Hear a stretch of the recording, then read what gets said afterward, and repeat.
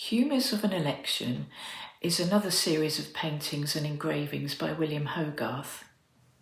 This time he shows the corruption in parliamentary elections in the 18th century, and it was outrageous. There are 4 paintings in the series, and they contain so much detail and so many characters, you can almost imagine you're there. Hi, I'm Jane, and I'm an ESOL teacher. I've been teaching English to adults for many years. Looking at paintings and discovering the stories behind them can tell us so much about society at that time, and it's a great way to learn new vocabulary, which you can then use to describe what you see. Do visit my website at the end of the video, where you'll find the transcript and some vocabulary exercises to download. And I hope you enjoy the video.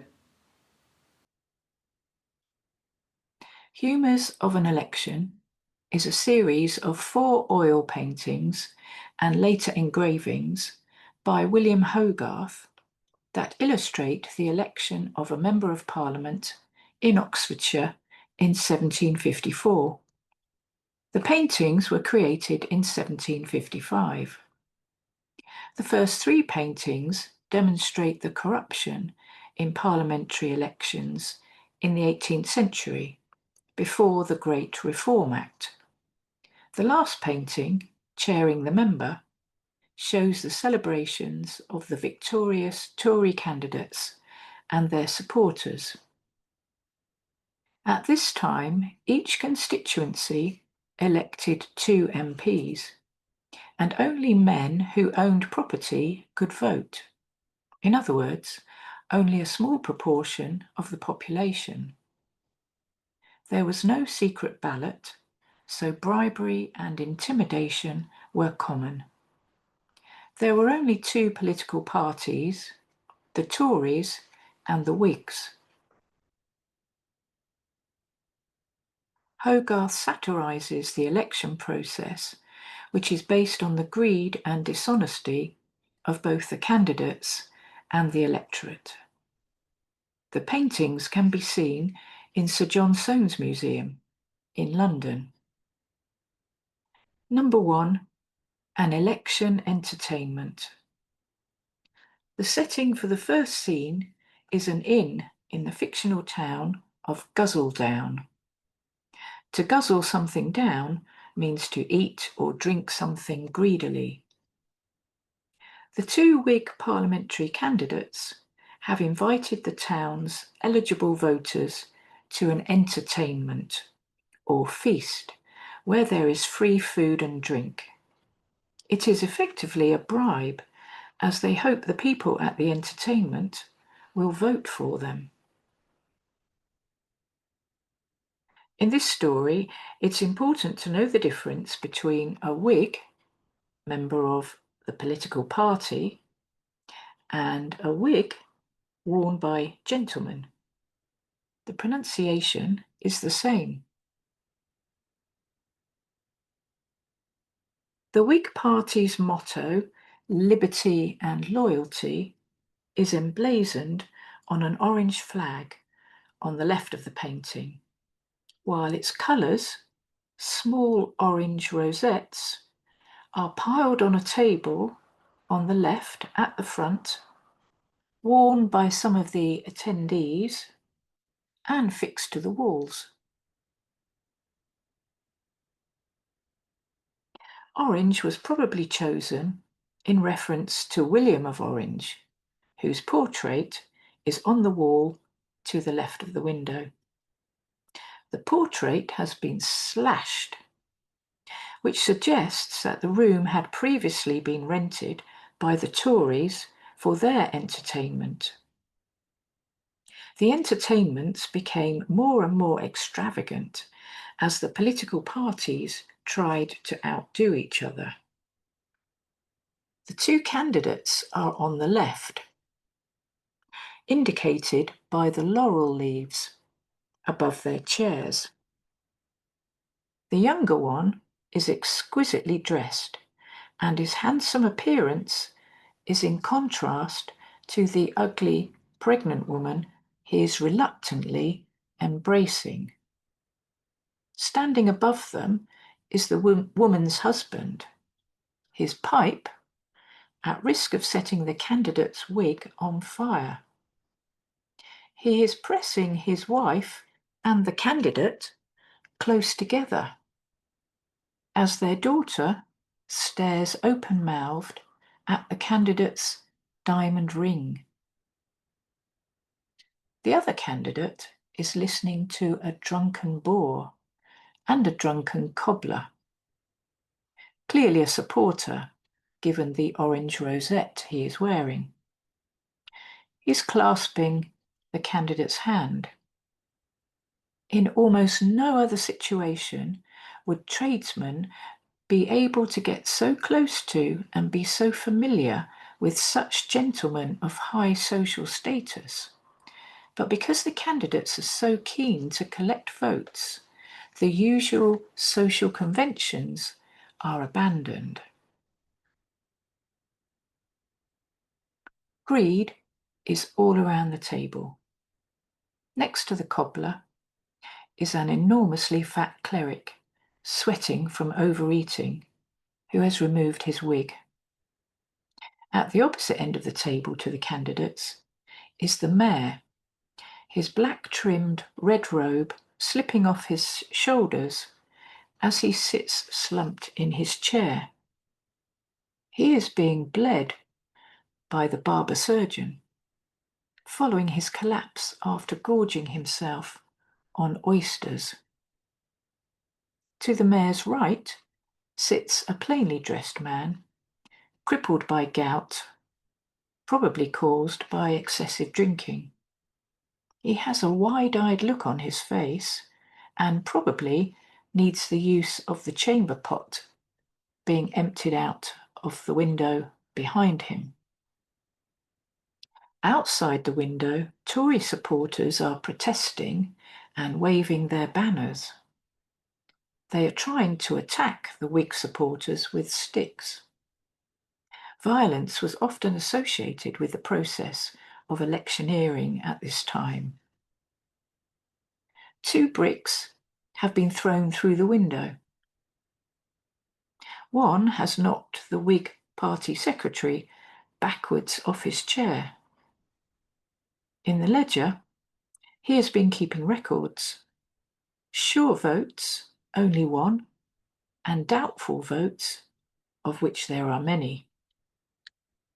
To the left of the secretary, seated in the foreground, are 2 bruisers employed by the Whigs to force people to promise to vote for them, as indicated by the large staff or stick one is leaning on.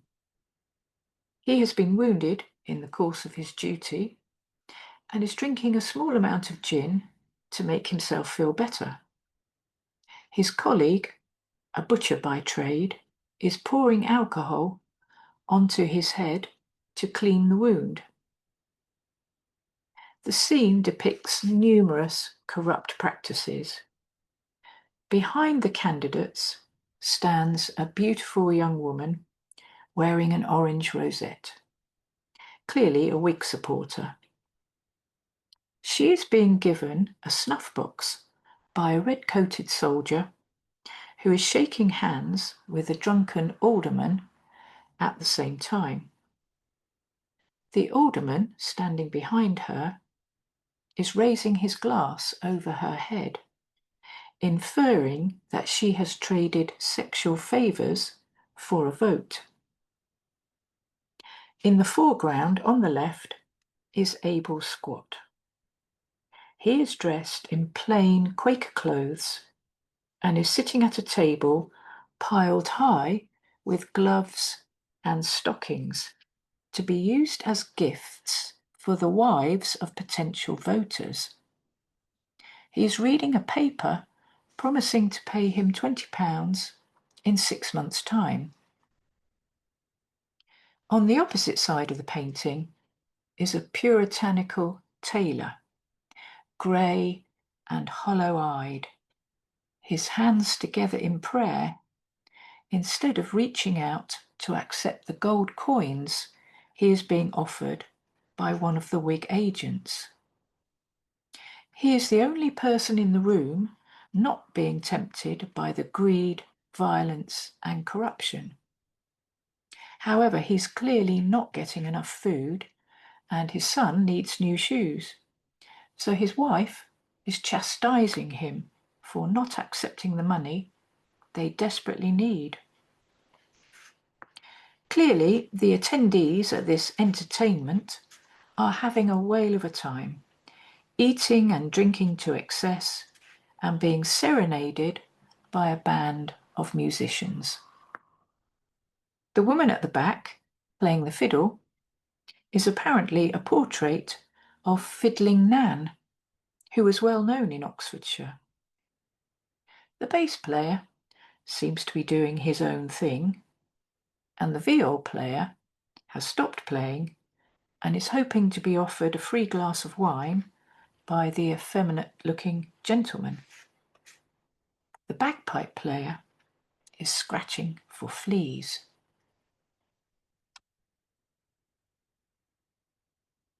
Number 2, canvassing for votes. Scene 2 is set in the countryside, with green hills and a church in the distance. There are 3 inns in the picture, representing the 2 political parties, the Tories and the Whigs, and the third one representing the Independents.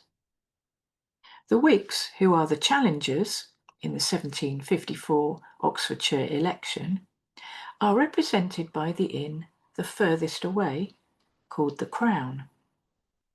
This is intended to reflect the Whigs' interest in the court. A panel labelled the Excise Office has been hung under the inn sign, which is a reference to the Whigs' taxation policy and suggests that this inn may also serve as a temporary tax office. In front of the Crown are a rowdy mob armed with sticks, unhappy with the sign and the taxes it represents. They are attempting to pull down the sign. One man is sawing at the support, and 2 others are pulling on it with a rope. What they don't seem to realise is that the man on top of the sign and the sign itself will come crashing down on the people below. In addition, there's a man hanging out of a window shooting at the crowd. The inference of this small scene is that while the lower classes are raging against the imposition of taxation, they don't seem to realise that some degree of taxation is necessary for the running of the state. In the foreground is another inn, the prosperous-looking Royal Oak, the Tory headquarters, built in the fashionable classical style. Even the inn sign is set in a frame, mimicking one of the fashionable Rococo picture frames of the day. In a room on the upper floor, lit by a chandelier with 12 candles, Tory gentlemen have gathered to talk and smoke. Their candidate has abandoned them, seemingly more concerned with women than politics. He has rushed down from the balcony, where he was chatting to 2 finely dressed ladies, to buy trinkets for the women from a man selling his goods in front of the inn. The gifts were generally intended to influence ladies to persuade their male relatives to vote for the Tories. A servant is handing a letter to him, which he ignores. The letter has his name on it, Timothy Partytool. At his feet are bundles of playbills advertising an event at the theatre, and boxes of election pamphlets inviting people to vote for the Tories. But the candidate is much more interested in the women on the balcony. At the door of the inn sits the landlady, wearing the blue colours of the Tory party on her cap and around her arm. She is counting the gold and silver coins in her lap, the money she has got from hosting the election entertainments at her inn. Behind her, in the doorway, a grenadier peers at the money, some of which is likely to be paid to him for protecting the inn from the violence that is taking place outside the Crown. In the bay window of the inn sit two country gentlemen, greedily consuming a large pie and whole chicken, presumably paid for by the Tories. By contrast, the Portobello Inn, on the right, represents the independents' political views. They reject party affiliations and factional interests and provide the only example of political integrity in the picture. It is a simple, traditional alehouse frequented by the common man of good sense and no pretensions. And two such men are sitting outside at a plain wooden table. Both of them are drunk, and their wigs are askew. On the left is a cobbler, blind in one eye, smoking a pipe. He is protecting a pile of silver coins, so it's possible that he has turned a blind eye to his conscience and been bribed for his vote. On the right is a barber whose jug, napkin, and shaving dish are placed neatly on the ground in front of the table. He is holding a tankard with the inscription, John Stow, Portobello. In front of the Royal Oaks Inn sign is an advertisement for a Punch and Judy show. The upper part of the cloth shows gold coins pouring out of a window of the new Treasury building on Whitehall in London into a sack, while another sack is loaded onto a waiting wagon marked Oxford, a reference to the bribes authorised by the Whig government to help secure the election.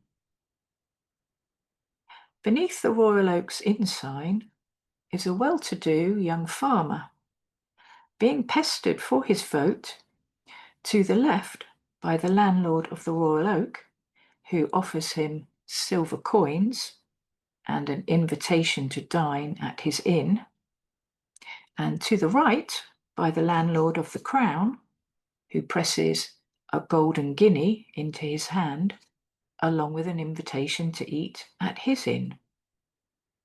The farmer is slyly contemplating how to make the most of this situation. Faced with two corrupt agents, both seeking his vote, he accepts both bribes. In this scene, Hogarth demonstrates his pessimistic view of the British state. The nation is corrupt from top to bottom, in town and countryside, and the voter is just as complicit as the political parties in the debasement of the democratic political system. The polling takes place on the day of the election and shows the polling booth, a rough wooden construction to which all the voters are coming to publicly cast their votes. In the background, it's a beautiful, sunny spring day, and the atmosphere is serene and peaceful, unlike the foreground, which is lively and chaotic. The booth is decorated with two flags, the blue Tory flag on the left and the orange Whig flag on the right. The two candidates are sitting on chairs on either side, slightly raised above the people around them. Between them, a beadle or constable, who is supposed to be controlling the election, has fallen asleep. Neither candidate looks very confident. On the left, the Tory candidate is pushing back his wig and scratching his head. He is looking at a bundle of papers in his hand. The one on the top says bill. He is clearly worried about the cost of his bribes, but they seem to have been effective, judging by the number of his supporters who have already voted and are now talking and drinking happily together. On the right, the Whig candidate is sitting upright and looking towards the bridge, which is thronged with people on foot and horseback and in carriages, travelling in both directions, waving both blue and orange flags. Many are brandishing sticks, and it is a scene of violence and chaos.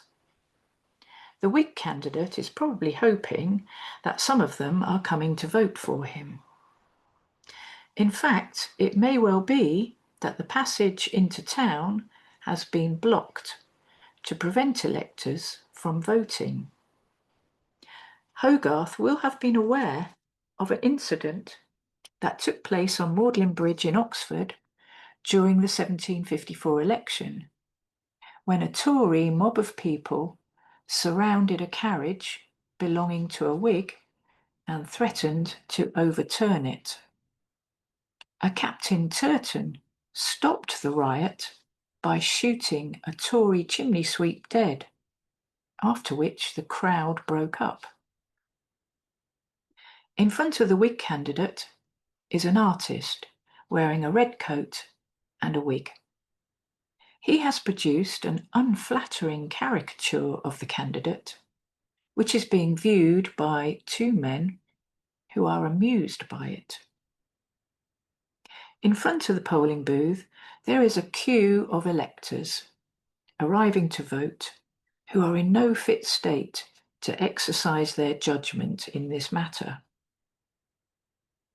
On the right of the painting is a smartly dressed ex-soldier in a red coat, carrying a tricorn hat with the Whig rosette on it, wedged under his armpit. He has lost both arms and one leg, fighting for his country, and is taking the oath to swear that he is eligible to vote. However, he has no left hand, only a hook to lay on the Bible, and his legitimacy to vote is being questioned. Behind him, two lawyers are arguing the case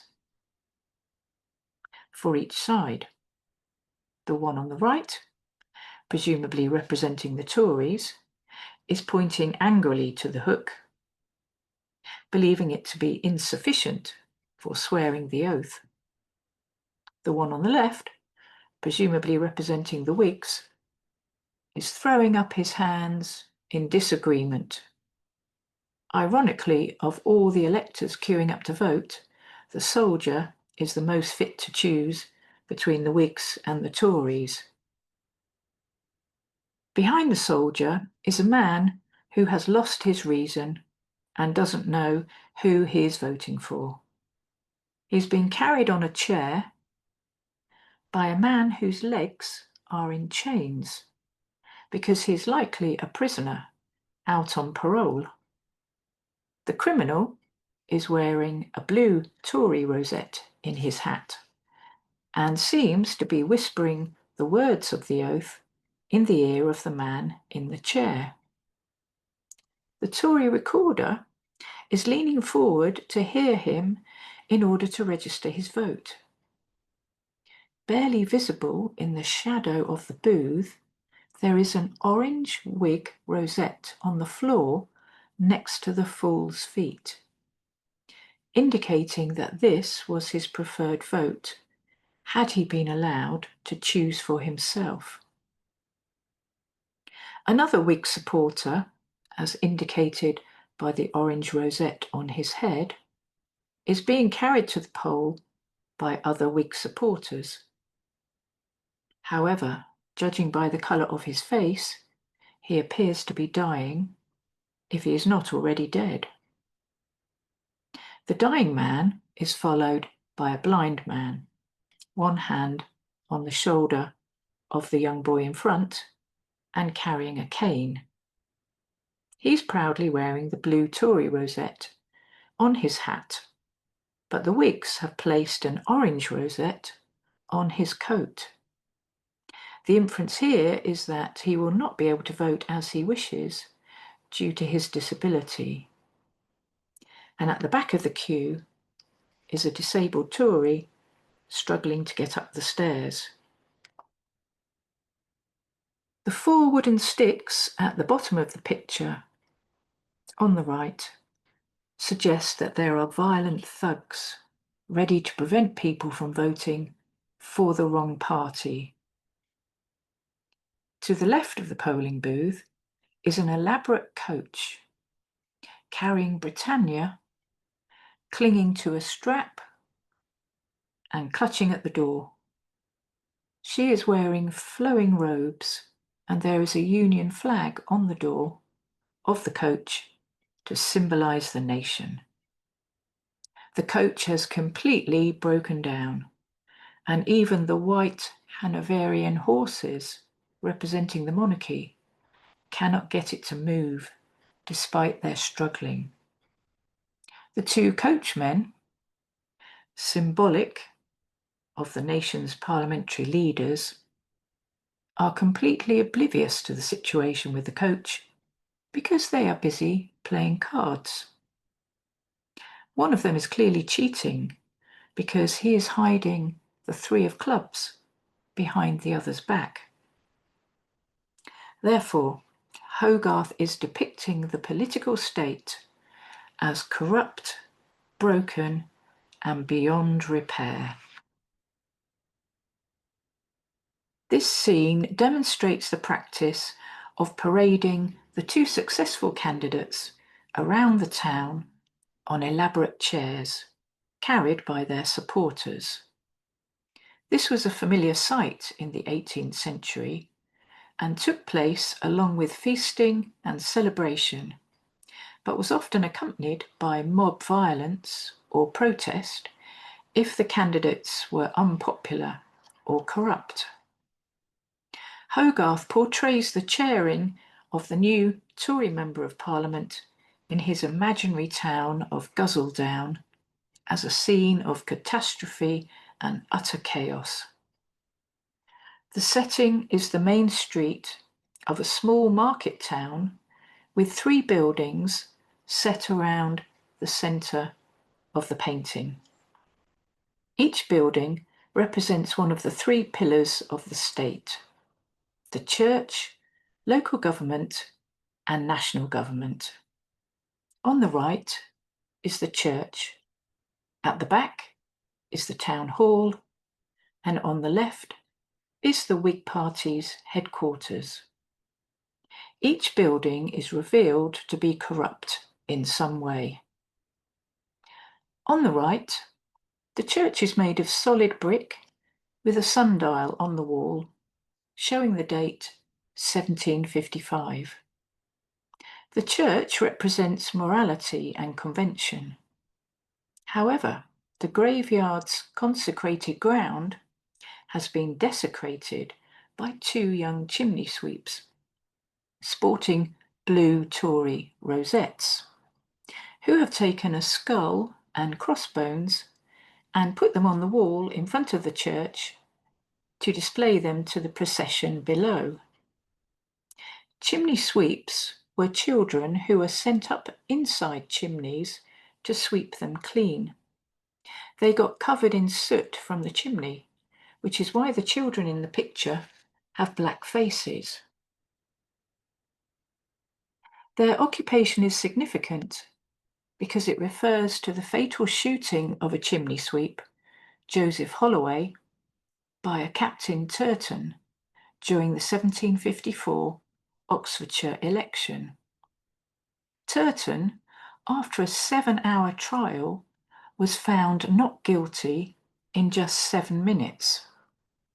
Hogarth's depiction of the sweeps is a typical example of his work, highlighting the injustice endemic in 18th century society.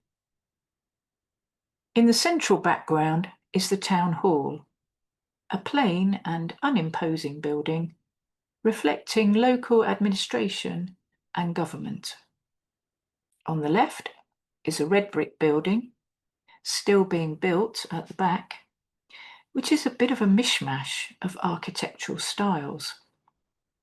There is a group of Whigs at the first floor window, happily watching the proceedings and the Tory candidate's imminent downfall. There's a lawyer on the second floor, sitting at a desk in front of some bookshelves, drafting a legal document. 3 servants are carrying in food for the Whigs to have a feast, rather than commiserate with each other over their loss. In the centre of the picture is one of the successful Tory candidates being carried by 4 of his supporters, who is about to fall off the chair. In front of the candidate, 2 men are fighting. A sailor with a peg leg, wearing Whig colours, is brandishing a club at a country labourer, stereotypically Irish according to his curly ginger hair, presumably a Tory supporter who is swinging his threshing tool, ready to attack the sailor. But he has accidentally hit one of the chairmen on the head. The chairman stumbles, causing the chair to topple. As the candidate falls, his finely dressed wife, watching the procession from behind the top of the church wall, faints and needs to be supported by her black maidservant while her old nursemaid tries to revive her with smelling salts. Behind the brawling labourer, a sow and her piglets are charging towards the stream under the bridge, having just knocked over a countrywoman, her feet just visible over the sow's back. Apart from the toppling chair, the procession has been held up by an ass belonging to a butcher, who is a Scotsman, judging by his red hair, carrying a load of offal. The ass has stopped to eat a thistle.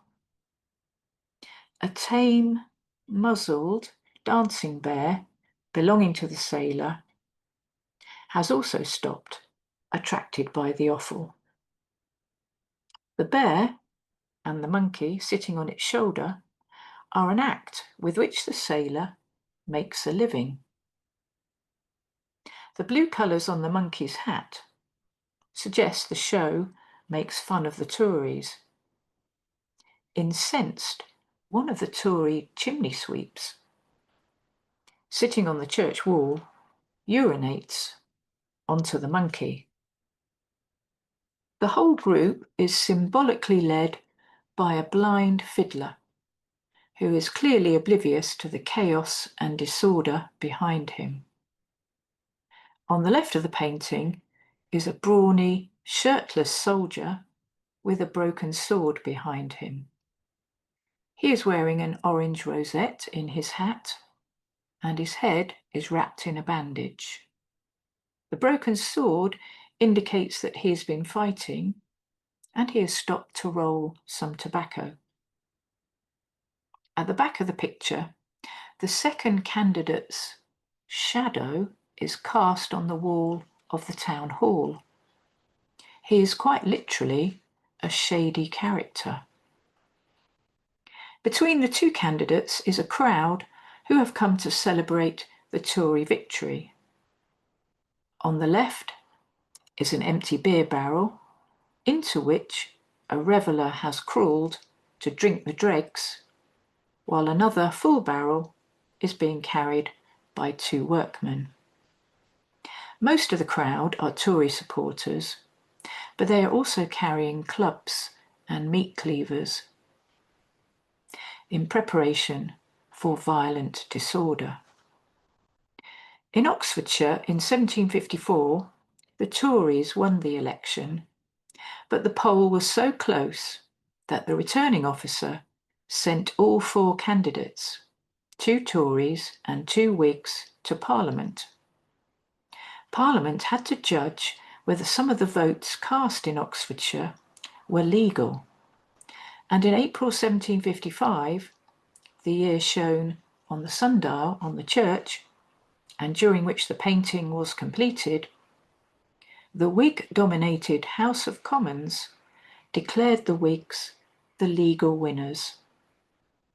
The inscription on the sundial reads, Pulvis et umbra sumus, which means, we are but dust and shadows.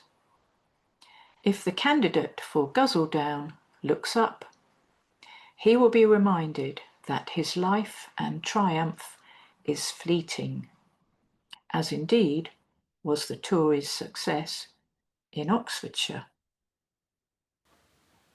Well, I hope you found the video interesting. It's good to see things have changed a bit since then. Don't forget to visit my website where you'll find the text and the pictures and some vocabulary exercises. If you've been following these Hogarth videos and doing the vocabulary exercises, you should have learnt a lot of new words and phrases by now. Not all of them positive, of course. But do look out for more of these videos to come. And please like it, subscribe to my channel and comment below. Hope to see you soon.